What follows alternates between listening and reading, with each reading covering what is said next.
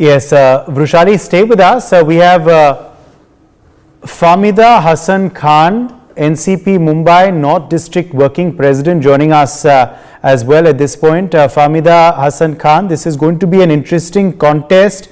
Who would you throw your support behind, and who do you believe would have the edge? हमारे हिसाब से तो अभी तक का सुप्रिया ताई जो है, उन्होंने बारामती के लिए काफी काम किया है और सुप्रिया ताई आगे भी बारामतीकर को पता है कि ये कैसे काम करती है, उनके लिए दिन रात लगा देती है। अभी ये जो बीजेपी ने डिवाइड एंड रूल वाला जो पॉलिसी अंग्रेजों के जमाने का चालू किया है, वो सब जगह पे उन्होंने वैसा ही किया है। गए टाइम उन्होंने कांचनपुर को, हालांकि एनसीपी ने उनको दूसरा मतदार संघ भी दिया था, वहां से उठा के उन्होंने बारामती में सुप्रिया के सामने उन्होंने लड़वाया था और 40% वोट, लेकिन वो भी अजीत दादा के ही रिलेशन में है, कांचनकुल जी। लेकिन मुझे नहीं लगता, क्योंकि यहाँ की जो महाराष्ट्र की जो आजकल की जो राजनीति है वो बहुत ही अलग हो चुकी है। लोगों को समझ में आ गया है, महाराष्ट्र की जनता जागरूक हो गई है कि हमें किसे वोट देना है। ये तोड़ो जोड़ो की जो राजनीति है बीजेपी कर रही है, वो उनको कहाँ ना कहाँ भारी पड़ने वाला है। और महाराष्ट्र में तो आए दिन जैसे कि लोग कह रहे हैं कि अभी 105 जिसके पास में विधायक है उन लोगों को कुछ भी नहीं मिला है, और जिनके पास में 40 विधायक है वो मुख्यमंत्री है। तो महाराष्ट्र की जो धारणा जो बन चुकी है, मनोव्यवस्था जो बन चुकी है, वो उनको ऐसा है कि जो भी तोड़ जोड़ के गया है उन्हें हमें वोट नहीं करना है। फिर भी अभी बारामती दादा की भी कॉन्स्टिट्यूशन है, विधायक वो वहीं से चुन के आते हैं। और गोपीनाथ पड़ड़कर जो दादा के सामने भी लड़े थे, उनको दादा ने जिस तरीके से मात दी थी, लेकिन थोड़े दिनों पहले यही गोपीनाथ पड़ड़कर ने दादा के ऊपर वापस से वाक युद्ध किया था, जिसके चलते नाराज भी हैं दादा कि अगर ये बीजेपी में ही होते हुए बीजेपी के लोग ही दादा की बदनामी करेंगे तो ये दादा को भी सोचना चाहिए। और 6 अक्टूबर को जैसे कि पवार साहब ने बोला है कि वो खुद ही चुनाव आयोग जाने वाले हैं, और ये लोगों को पता है कि आज एनसीपी पार्टी के जो जगत जनना जो पिता है वो जगतदाता जो पवार साहब ही है, उन्होंने ही जो उनके 3 जो संगमा और तारिक अनवर, इन लोगों के साथ में मिलके ये एनसीपी पार्टी आज बनाई हुई थी।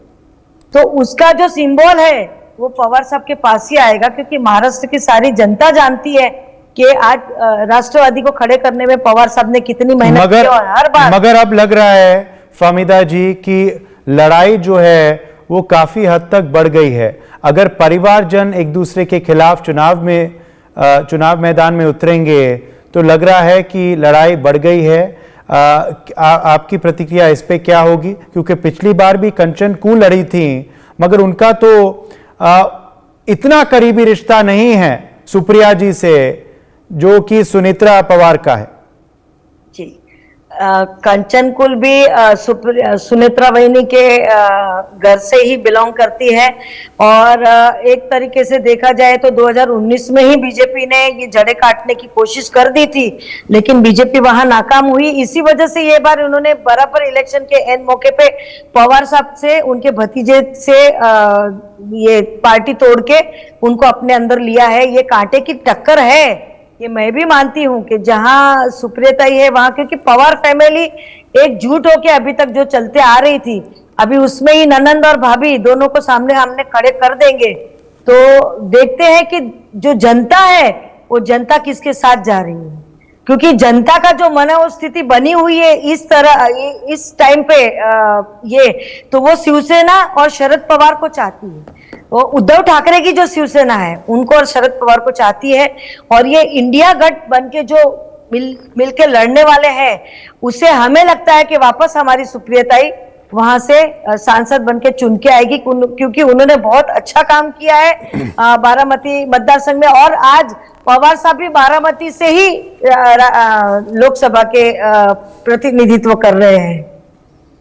तो इसकी वजह से थोड़ा बहुत पवार साहब का जो है, थोड़ा बहुत नहीं, बहुत ज्यादा पड़ेगा। और आज जिस तरीके से बीजेपी ने जो काम किया है, विधायक खरीदने के लिए उन्होंने जो पैसे यूज किए आज हमारे मतदाताओं के, वही अगर आज की तारीख में भी अगर उनको चुनना, उनको आना है, तो वही पैसा मतदाताओं को क्यों नहीं वो उनके लिए कुछ काम करके बता रहे अपना काम।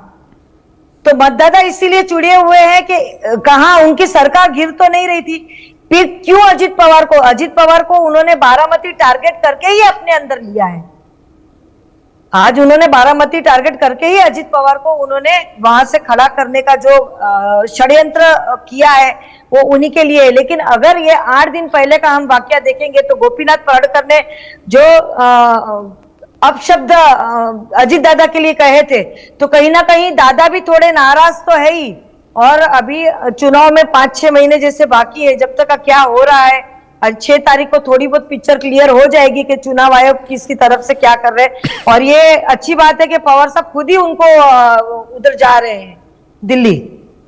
हेलो जी, फाहमीदा हसन खान जी बने रहिए आप हमारे संग। एक और एनसीपी के नेता हमारे संग जुड़ गई हैं, Vidya Chauhan is joining us as well on the broadcast, NCP spokesperson Vidya Chauhan.